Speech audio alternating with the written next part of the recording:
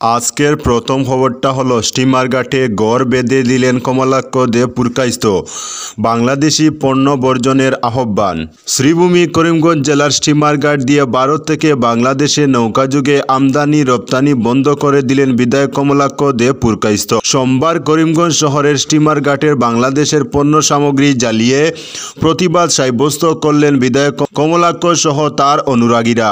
বাংলাদেশের পরিস্থিতি স্বাভাবিক না হওয়া পর্যন্ত সব ধরনের পণ্য আমদানি ও রপ্তানি বন্ধের দাবি তুলেন বিধায়ক পুরকাইস্ত। উত্তর করিমগঞ্জ দিয়ে কোনো ধরনের আমদানি রপ্তানি করতে দেওয়া হবে না বলে করা হুঁশিয়ারি দেন বিধায়ক কমলাক্ষ দে পুরকাইস্ত। পাশাপাশি বাংলাদেশি পণ্য বর্জন করার আহ্বান জানান তিনি।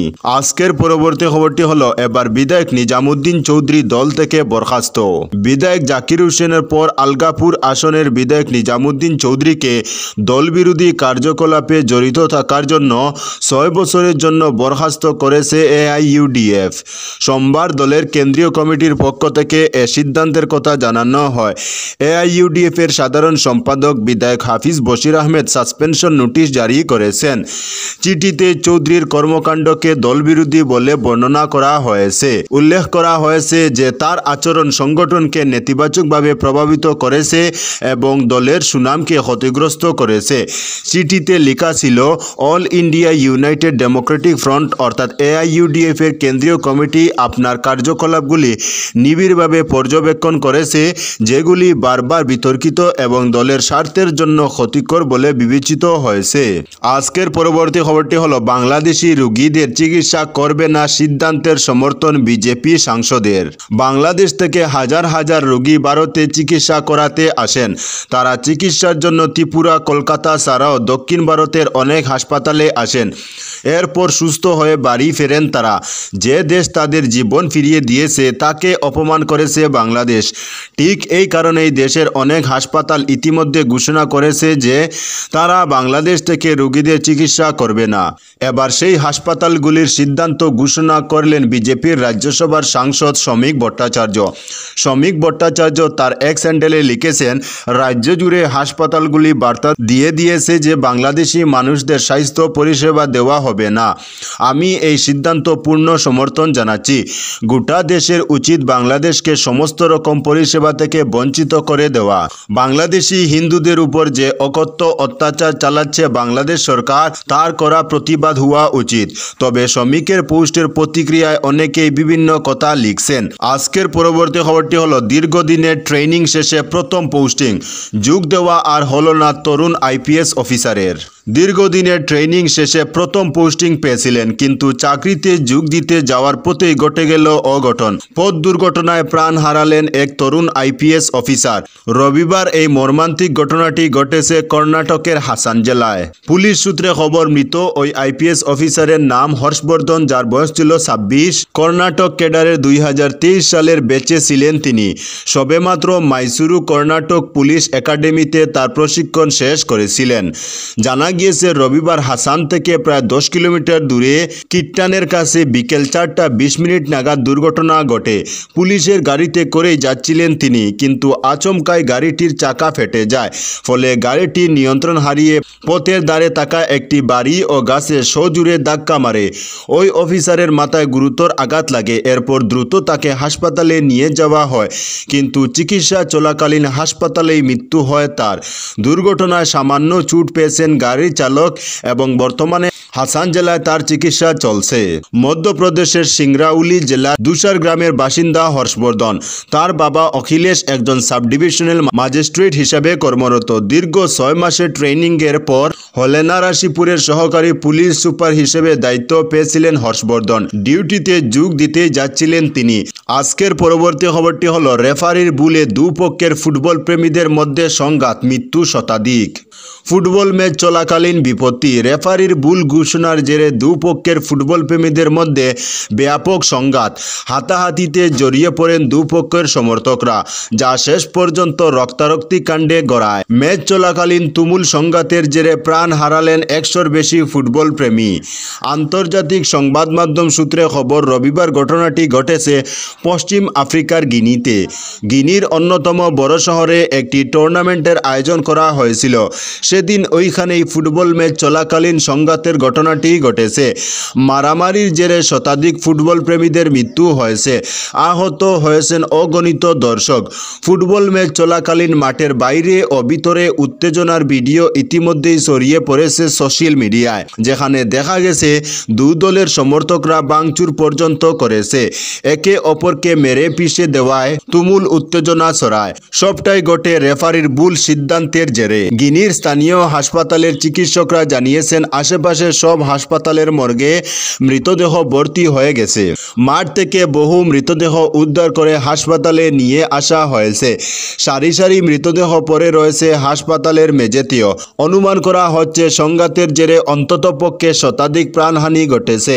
মৃত্যুর সংখ্যা আরও বাড়তে পারে। আজকের পরবর্তী খবরটি হলো 11 মাসে কুরআন মুখস্থকারী তাজিমকে সংবর্ধনা মাদ্রাসা কর্তৃপক্ষের। মাত্র 11 মাসে হাফিজ কাছারের লাঠিগ্রাম ফয়জুল উলুম ইসলামিয়া মাদ্রাসার ছাত্র তাজিমউদ্দিন এত কম সময়ে কুরআন মুখস্থ করেছেন। মাদ্রাসা কর্তৃপক্ষ তার এই মেধা ও প্রতিভার জন্য সংবর্ধিত করল। সোমবার সংবর্ধনা অনুষ্ঠান এবং দোয়া মেহফিলের আয়োজন করা হয়। মাদ্রাসার অধ্যক্ষ মৌলানা তাজউদ্দিন বলেন, ছাত্র তাজিম মাত্র 11 মাসে পবিত্র কুরআন শরীফ মুখস্থ করেছে। মাদ্রাসার পক্ষ থেকে তাকে সংবর্ধনা জানানো হয়। এছাড়াও তিনি জানান, আগামী 8 ফেব্রুয়ারি মাদ্রাসার বার্ষিক জলসায় তাকে সনদ দেওয়া হবে। আজকের পরবর্তী খবরটি হলো, আলু বুঝাই ইন্ট্রো গাড়ি থেকে 36 কোটির ইয়াবা উদ্ধার শালচাপড়ায়, আটক এক। প্রায় 36 কোটি টাকার ইয়াবা ট্যাবলেট উদ্ধার করল কাছাড় পুলিশ। সোমবার গোপন সূত্রের ভিত্তিতে অভিযান চালিয়ে শিলচর থানার অধীন শালচাপড়ায় ইয়াবা ট্যাবলেট উদ্ধারের পাশাপাশি এক পাচারকারীকে আটক করা হয়। বাজেয়াপ্ত করা হয় 2টি বাহনও। জানা যায়, এদিন শালচাপড়ায় এক বিশেষ অভিযানে আইজল থেকে আসা AS11EC 2504 ও AS11EC 4291 নম্বরের 2টি আলু বুঝাই টাটা ইন্ট্রা গাড়ি আটক করে তল্লাশি চালানো হয়। তল্লাশিতে 1,20,000 ইয়াবা ট্যাবলেট থাকা 12টি প্যাকেট উদ্ধার করে পুলিশ। সেগুলো আলুর বস্তায় লুকিয়ে রাখা ছিল। পুলিশ আজাদ লস্কর, যার বয়স ছিল 20 নামে এক যুবককে আটক করে তার বাড়ি বেরেঙ্গায়। উদ্ধার হওয়া ইয়াবা ট্যাবলেটগুলোর কালোবাজারের দাম প্রায় 36 কোটি টাকা। আইজল থেকে অবৈধভাবে নিয়ে আসা হয় বলে সন্দেহ করা হচ্ছে। এ বিষয়ে আরও তদন্ত চলছে। আজকের পরবর্তী খবরটি হলো, বাংলাদেশ কাণ্ড, ইউনুস ও জয়শঙ্করের কুশপুতুল দাহ কংগ্রেসের শিলচরে। বাংলাদেশে হিন্দু নির্যাতন ও প্রভু চিন্ময় কৃষ্ণ দাসের মুক্তির দাবিতে সরব কংগ্রেসও ভারত সরকারের ভূমিকা নিয়ে ক্ষুব্ধ। সোমবার বাংলাদেশের মুখ্য উপদেষ্টা মোহাম্মদ ইউনুসের পাশাপাশি ভারতের বিদেশমন্ত্রী এস জয়শঙ্করের কুশপুতুল দাহ করল কংগ্রেস। এদিন কংগ্রেসীরা শিলচর ইন্দিরা ভবন থেকে এক প্রতিবাদ মিছিল বের করে শহরের বিভিন্ন পথ পরিক্রমা করে শহীদ ক্ষুদিরাম বসুর মূর্তির পাদদেশে জমায়েত হন। মোহাম্মদ ইউনুস এবং ভারতের বিদেশমন্ত্রী জয়শঙ্করের বিরুদ্ধে বিভিন্ন ধরনের স্লোগান দিয়ে এলাকাকে মুখরিত করে তুলেন।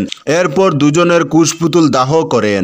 প্রতিবাদ চলাকালীন জেলা কংগ্রেস সভাপতি অভিজিৎ পাল বলেন, শেখ হাসিনা সরকারের পতনের পর থেকে বাংলাদেশে সংখ্যালঘুদের উপর নির্যাতন ভয়ঙ্কর রূপ নিয়েছে, অথচ মোহাম্মদ ইউনুসের নেতৃত্বে চলা সরকার কোনো ব্যবস্থা নেয়নি।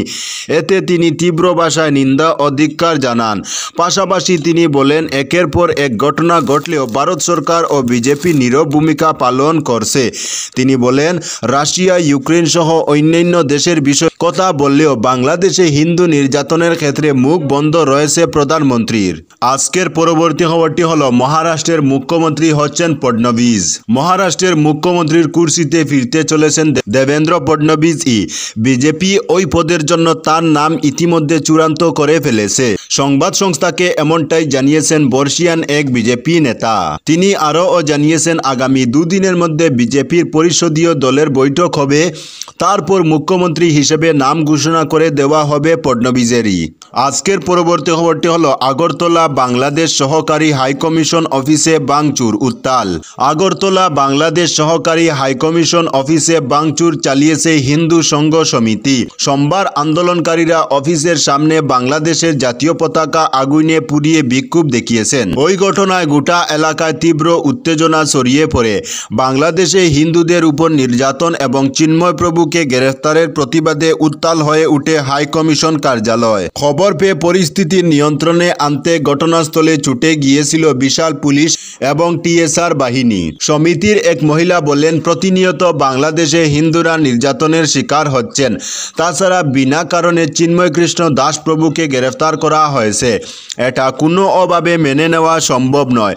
বাংলাদেশের উদ্ভূত পরিস্থিতির জন্য বর্তমান বাংলাদেশ সরকার দায়ী। এরই প্রতিবাদে বাংলাদেশ সহকারী হাইকমিশনের অফিসে ভাঙচুর চালিয়েছেন তারা। এদিন বাংলাদেশের জাতীয় পতাকা আগুন ধরিয়ে বিক্ষোভে সামিল হয়েছেন। তো বন্ধুরা, আজকের জন্য এতটুকু। পরবর্তী কোনো নতুন ভিডিওতে দেখা হবে, তখন অবধি ধন্যবাদ।